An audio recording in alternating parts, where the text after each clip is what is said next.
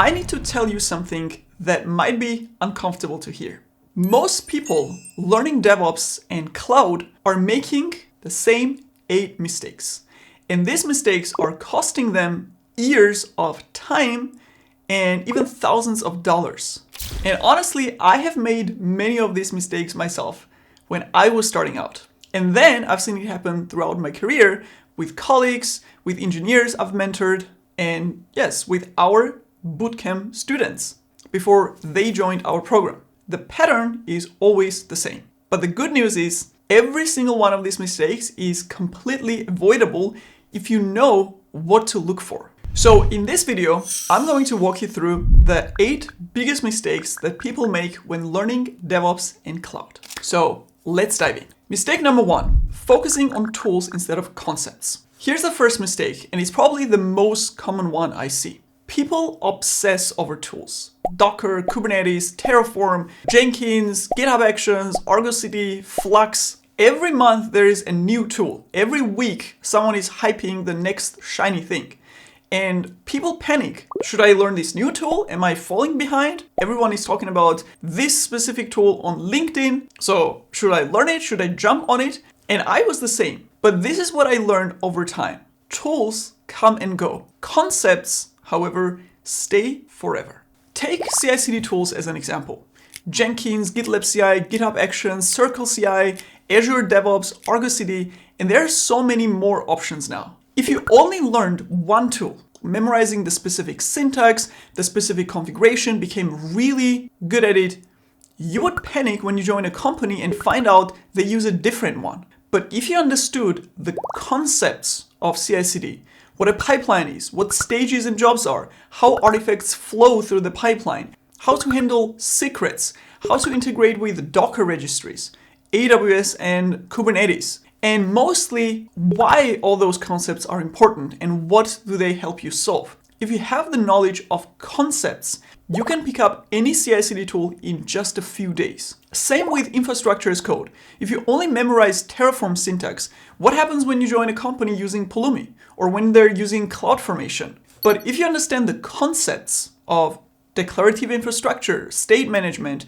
you can work with any infrastructure as code tool. I hear this one constantly. I learned AWS, but my new job uses Azure. Do I need to start over? Well, the answer is no. Cloud concepts are the same. Compute is compute. Storage is storage. Network is networking on any cloud provider. It's just that the buttons are in different places and they are called different names, but the underlying concepts are identical. So here is what I finally understood.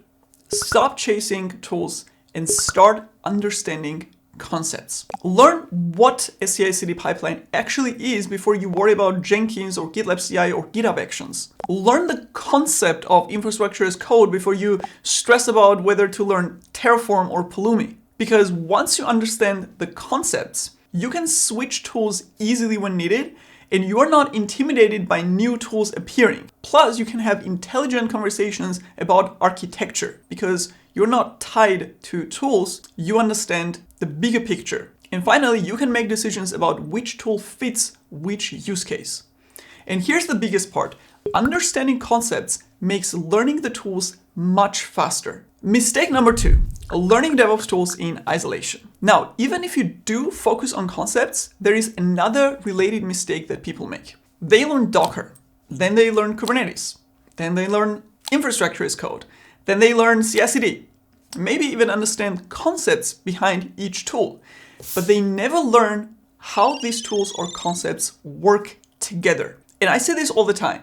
Someone will message me saying, I know Docker and Kubernetes and Jenkins, but I'm not getting job offers. What am I doing wrong? And when I dig deeper, I usually find out they can run Docker commands, they can deploy to Kubernetes, but they have no idea how to build an actual end-to-end pipeline that takes code from Git repository, builds a Docker image, pushes it to registry, deploys it to Kubernetes. They know the individual pieces, but they cannot connect them properly. Why they don't get job offers? Because knowing tools in isolation does not make you valuable to companies. Companies don't need someone who knows Jenkins.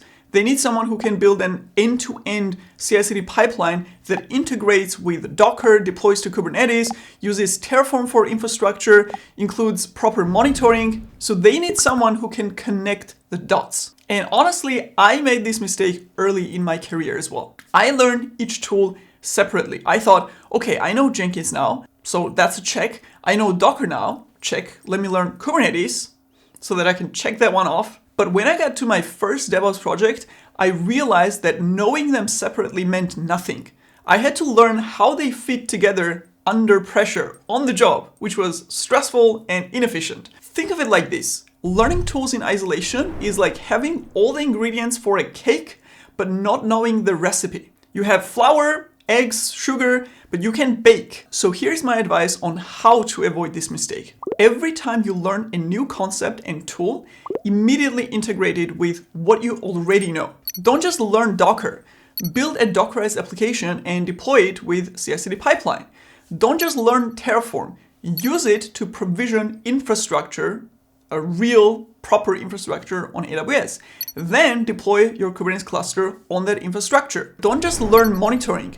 Integrate Prometheus and Grafana into your existing projects based on real use case. And this is how I eventually learned to think like a DevOps engineer, not by mastering individual tools, but by understanding how they work together so that I could solve actual use cases and real problems, because that's what companies actually need. Now back to the next mistake, which is not doing projects or starting too late. So this one is related to the second one, but it's even worse. People consume content. They watch tutorials. They read books, blog articles. They take courses, but they never actually build anything. And again, I was guilty of this one as well. When I was starting out, I made this exact mistake. I spent literally months watching tutorials, taking notes. I told myself, I need to learn a bit more before I start building. I'm not ready yet. And I waited way too long to actually start building projects. And you know what happened after months of this? When I finally started building, I realized how much I didn't actually understand. All this theory I consumed, it didn't stick because I never applied it. Because theory without practice is almost useless. You can watch 100 hours of Kubernetes tutorials, but if you never actually set up a cluster, configure services, deploy applications, and troubleshoot the issues, you will never really understand Kubernetes. Like during interviews, the hiring managers can immediately tell if you've just watched videos or you've actually done something. And I've been on both sides of the table. As an interviewer myself, when I hire DevOps engineers, I can spot someone who only has theoretical knowledge within the first 5 minutes because they can't answer questions like, how would you troubleshoot this? Or why would you choose this approach over that one? And this is what I learned the hard way. You should start building projects early, not after you finish learning everything and feel ready and confident. So do not wait until you know enough, because you will never feel like you know enough to get started building things, because building things is how you get confidence and how you build the knowledge. So when I finally figured this out, I had this one personal project that I kept building on for months. So every new tool I learned, I integrated it into that same project instead of starting from scratch. And that's exactly how I really understood how everything worked together. And that's actually why I built the entire DevOps Bootcamp, which is our most popular DevOps training program ever, around end-to-end projects. Because I want students to get this great overview of how everything fits together and avoid all these knowledge gaps. I didn't want anyone else to waste months like I did learning theory without applying it. Because the fastest way to learn is by doing, not by watching, not by reading, by actually building. And when you start building real projects, one of the first practical challenges that you'll run into is, how do I securely access and connect to my infrastructure? I have been there, and this is exactly what Tailscale, the sponsor of this video, solves. Tailscale is a modern zero-trust connectivity platform that uses secure peer-to-peer connections and identity-based access to make it very easy to connect from and to any device or service anywhere. So your CI/CD pipeline can securely reach private services like databases without complex networking or managing secrets. So you don't need self-hosted runners just for access. Your team can SSH into servers without managing keys. And your Kubernetes clusters can connect across environments. No open ports, no firewall rules. So make sure to check out 𝗃𝗀𝗀𝗃𝗀𝗀. The personal plan with up to 100 devices is always free. And if you want to bring 𝗃𝗀𝗀𝗃𝗀𝗀 to work, you can use code NANA for 3 free months on any paid plan. All the links and information is gonna be in the video description. So check it out below. Mistake number 4 is chasing only certifications. Now this one will surely resonate with many of you. So let me tell you about the certification trap. Israel, one of our DevOps graduates, had made this exact mistake. After finishing Udemy courses and not getting interviews, he thought, maybe I need a certification. So he went for Certified Kubernetes Administrator, so CKA certification. He studied, he passed the exam on his first try, and then he started applying for jobs again. Still nothing, with no results. Well, he got some interviews, but he wasn't getting past the interviews. And this is when he realized something important. I want you to hear this directly from him. The first thing I would tell anybody is do not chase after certifications at the first time, because chasing after certification most times just keep people in the loop, like watching tutorials. Most of the certification we see out there are just like multiple choice questions, like Terraform, you just need to click. Even the solution architect by AWS is just like multiple choice question, you need to click A and B. I will advise them to go hands-on, understanding what you are doing, not just chasing certifications, because at the end of the day, certification is not going to get through past the door, right? It can be attractive as it is currently in the market. Your certification is more or less useless if you don't have the skills. So he hit the nail on the head. Here's what's happening in the market right now. Companies are caring less and less about what certifications you have collected and more about whether you've actually built something that works. Now, not all certifications are equal. Some actually require you to solve actual problems under time pressure, but most of them, they're multiple choice tests that you can literally just memorize. And companies know this. They have seen too many certified engineers who cannot actually do the work. They've interviewed people with impressive certifications who get stuck when they're asked to explain how they would troubleshoot a real problem or how they would build an infrastructure. So certifications are becoming a baseline, not a differentiator. Now, before you misunderstand me, certifications are not completely useless, okay? Anna, another graduate from our program, became a golden 𝗃𝗏𝗀𝗃𝗀𝗃. And that's incredibly impressive. She was actually the first person in Switzerland and the first woman in Spain to achieve this. And certifications are great for things like validating your knowledge, getting past HR filters, or showing commitment to learning, but they're terrible as your only strategy. So instead, this is the strategy that actually works. Build projects first, get hands-on experience, and then get certified to validate what you already know how to do. So Israel eventually got the certification, but that's not what got him hired. What got him hired was his ability to have a technical conversation about how systems work together. His ability to explain concepts and answer questions to the hands-on projects that he added to the CV. So his understanding of why you do things a certain way was the major factor. Again, I want you to hear this from him himself. So I asked him a question during our performance review one day. I asked him that, why did you decide to hire me? Like, what actually stood out from what I said, like from others candidates? Because I believe that this is the United Kingdom. We have different people who are very good. What he told me was that people who apply these days for jobs, they are not even qualified. They don't even know what they are doing. You can see people who doesn't know anything about DevOps just throwing in their CV. The only way for you to actually gauge their experience is to actually have one-on-one conversation with them. And when he did, most of them don't even know anything.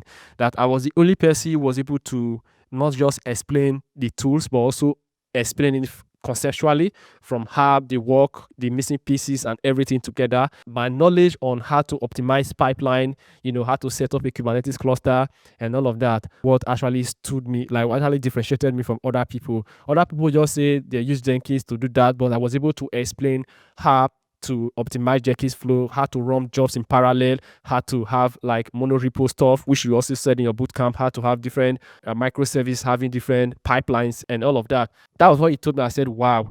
You can actually watch the full interview I had with him here if you want to hear his full journey. So basically, don't chase certifications thinking they are the golden ticket, because they're only one piece of the puzzle, not the entire puzzle. Mistake number 5, being cheap with your education. When I moved from Georgia to Austria in my early 20s, I was just starting out. I had no money, and I certainly did not see my time as a precious thing. I was learning programming from YouTube videos, trying to save as much money as possible, and I thought I was being smart by not spending money on any courses, not even the cheap ones. Now, 12 years later, whenever I want to learn a new skill, I always take a shortcut by learning from an expert so that I can shorten my learning curve and get faster to my goal. Why? Because I finally learned that you are either paying with time or paying with money.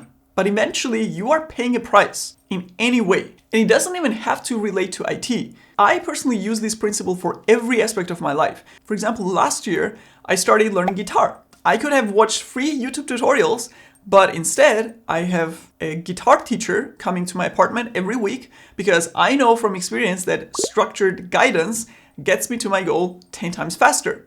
Saves me frustration, saves me time, and makes the process more enjoyable. So let me be clear up front. It's absolutely possible to learn DevOps for free. And as you know, at 𝗃𝗶𝗶𝗀𝗧, we create tons of free tutorials with extremely high quality. So we put a lot of resources in that, and they have helped thousands or sometimes hundreds of thousands of engineers to level up. So I'm not saying it's impossible, but you need to be aware that it will take you longer, like much longer. Again, speaking from my own experience, because here's what happens when you rely only on free scattered content. You spend 10 months watching scattered tutorials, you get even more confused because different sources teach things differently.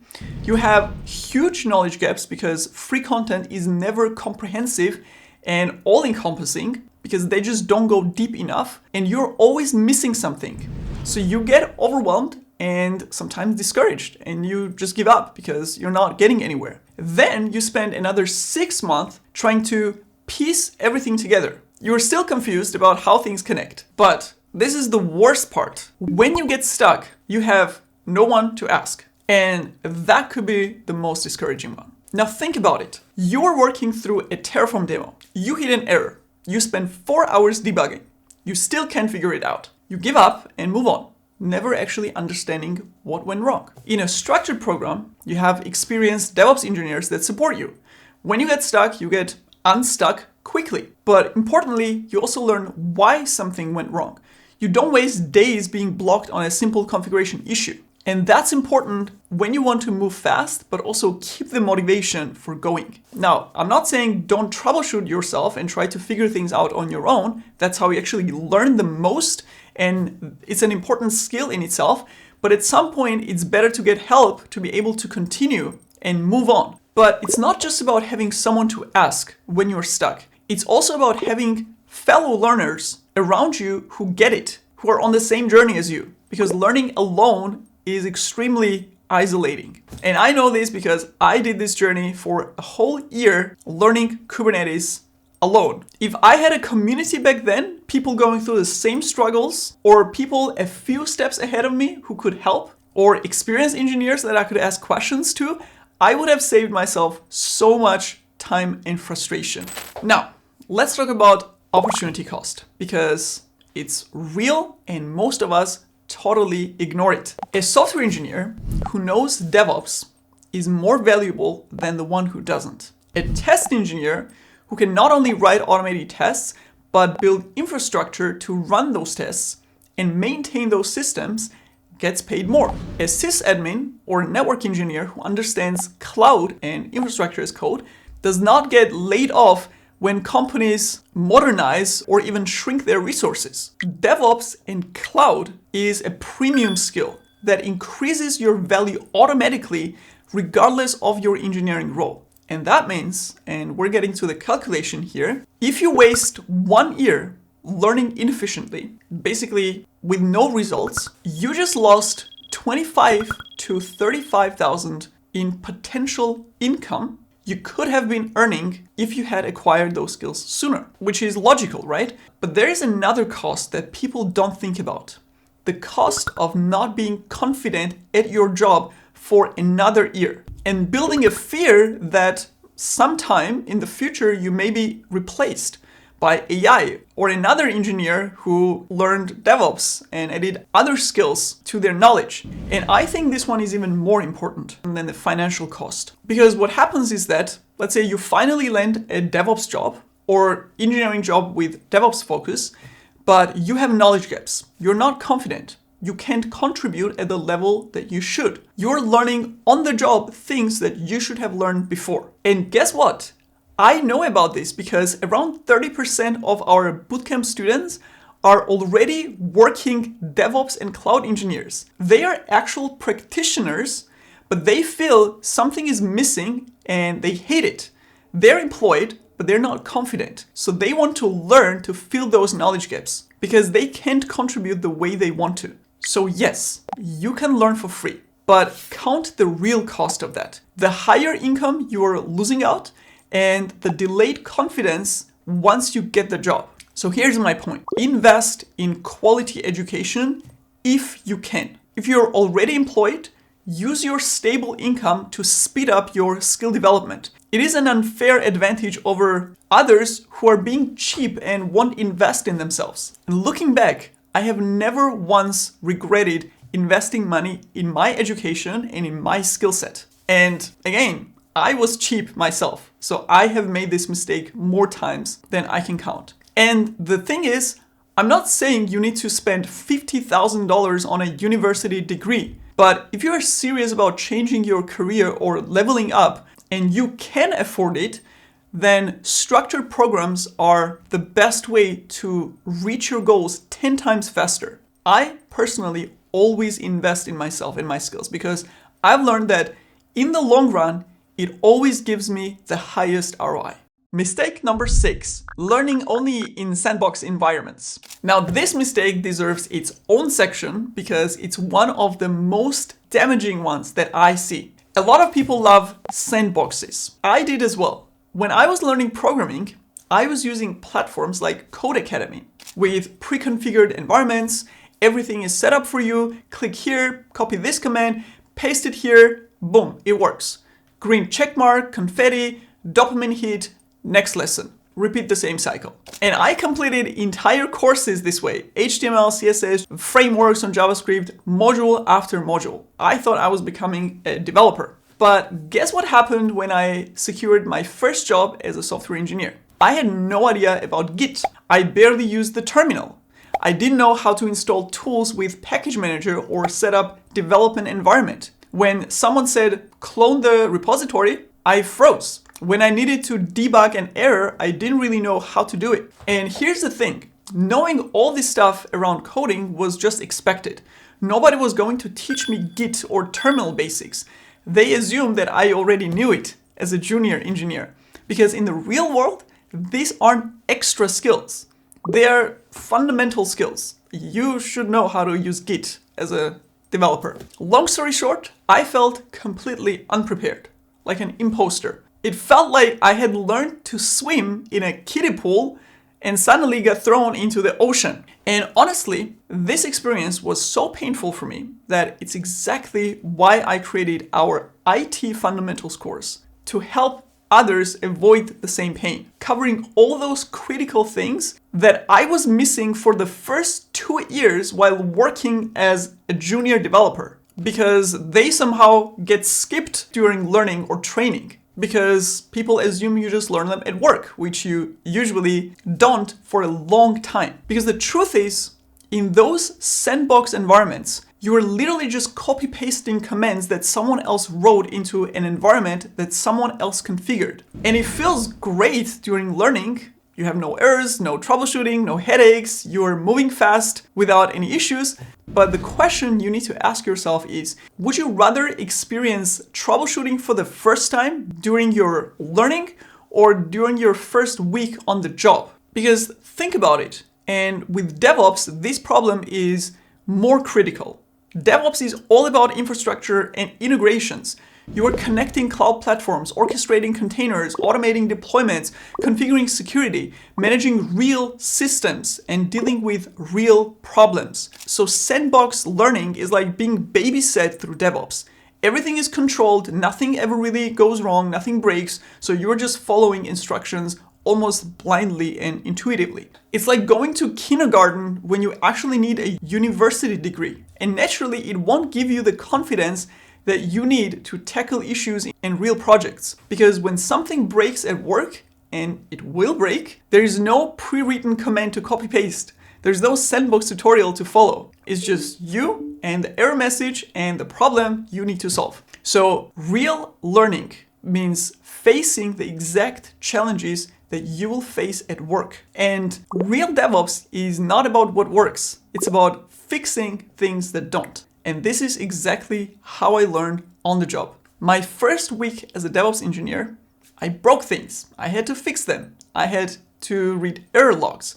I had to troubleshoot. And that's what made me competent. So you need that experience while learning. And yes, you might spend a few dollars on cloud resources while learning, but that investment pays for itself because when you get to your job, you're not panicking and asking for help because you've already faced this challenging during learning, but without pressure. Or think about the job interview itself. When they ask you, have you actually implemented this? You won't have to lie because you actually did it on real infrastructure with real challenges and not in sandbox controlled environment. Again, ask yourself, do you want to learn in a safe sandbox where everything always magically works? Or do you want to learn on real infrastructure where you'll face the same challenges you'll face in your actual job? Because if I could go back, I would always choose the second option. Yes, it's harder, but it would have prepared me for the reality.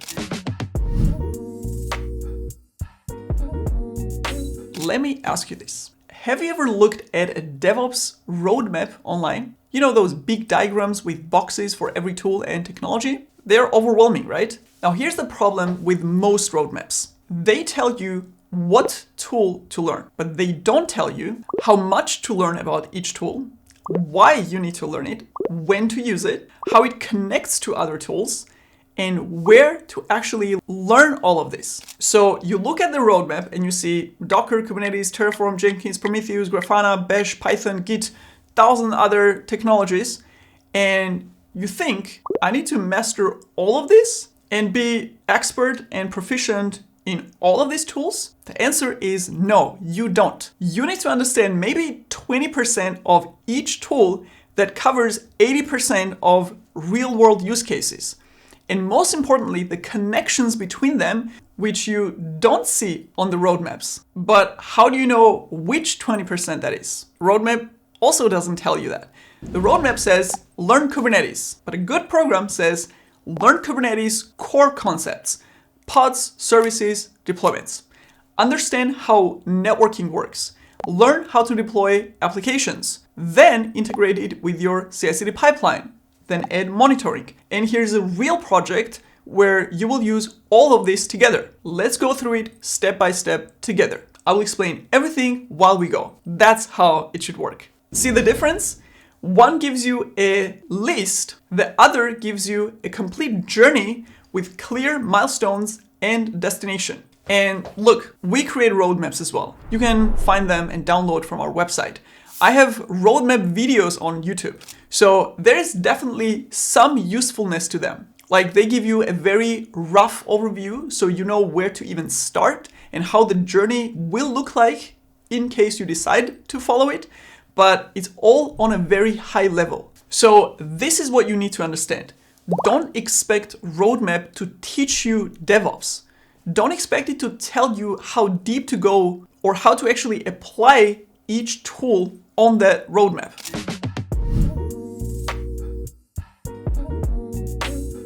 This final mistake costs people the most opportunities, and most engineers don't even realize they're making it. So as you can imagine, I experienced the impact of building in public firsthand when I started recording Kubernetes tutorials to document my learnings. Despite not looking for anything and without any expectation, I started to receive consulting requests with very high hourly rates daily because my knowledge and experience was made visible. But you know what? I would rather tell you the story of one of our graduates because I think it relates more with you, and it also makes the point that you don't need to become a full-time educator like I am. It works with a much smaller scale as well. So he was a sysadmin at a mid-sized company and went through our DevOps program. He learned Docker, Kubernetes, CI/CD, the whole stack. Then he went back to work and applied everything.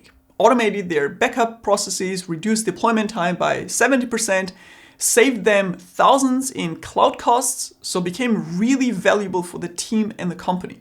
His team loved it, his team leader was happy, but nobody above them knew about it. Not the engineering director, not the VP, not the recruiters who could have offered him better opportunities.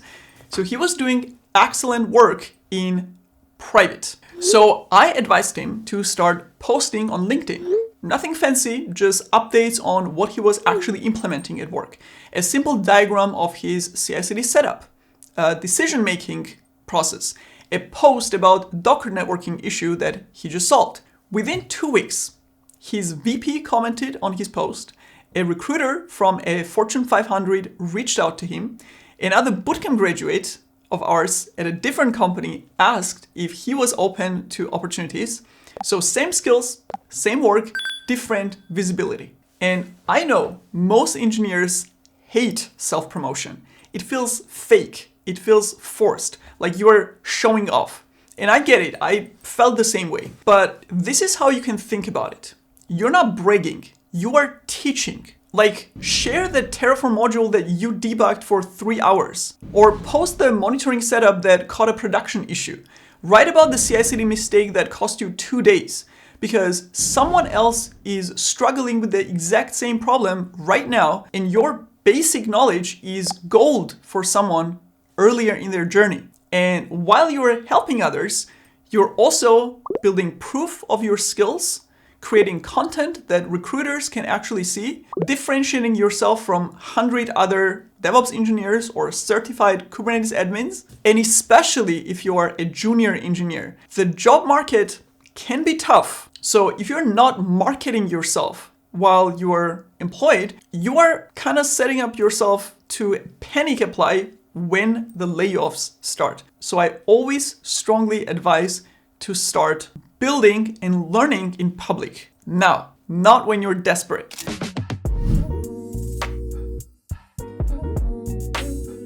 Okay, so we've covered the 8 mistakes in detail. So the question is how to avoid all of this. Here's a framework that actually works. First, choose a structured program. If it's a really good one, it will solve almost all these problems for you. Not scattered YouTube tutorials, including ours, not random Udemy courses, but a comprehensive program that teaches you tools and concepts and how they fit together. With a good program, you should be building end-to-end DevOps processes. And by the end, you should have a portfolio of projects that you can showcase. These should be real projects that demonstrate that you can architect and also implement complete systems, not just use individual tools and their syntax. And the good program will have you learning on real infrastructure, not sandboxes. Yes, it's gonna be harder, but that's the point. Now look, yes, our DevOps Bootcamp is built exactly this way. Otherwise, I won't have the experience to tell you about all these mistakes because I've literally seen how we've solved these issues for our students. But that's not the point here. The point is, find a program that fits your specific needs and your situation and use it to fast track your career. Second, get certified strategically. which means build hands-on skills first, then get certified to validate what you already know, not the other way around. Third, and this one makes huge difference, share your learning journey. Post your projects, write about problems you solved, help others who are one step behind you. As you saw, I made many of these mistakes myself when I was starting out. So did Israel and Anna and hundreds of our students. But we all corrected course, and that made all the difference. And that's why I wanted to share this with you, so that you can avoid wasting months, sometimes years, going in circles. Because companies are really desperate for qualified engineers right now. And by avoiding these 8 mistakes, you're already ahead of most people trying to break into this field. Now, if you found this advice valuable, then please share it with someone who is also learning DevOps, because they need to hear this as well. And as always, thanks for watching, and I'll see you in the next video.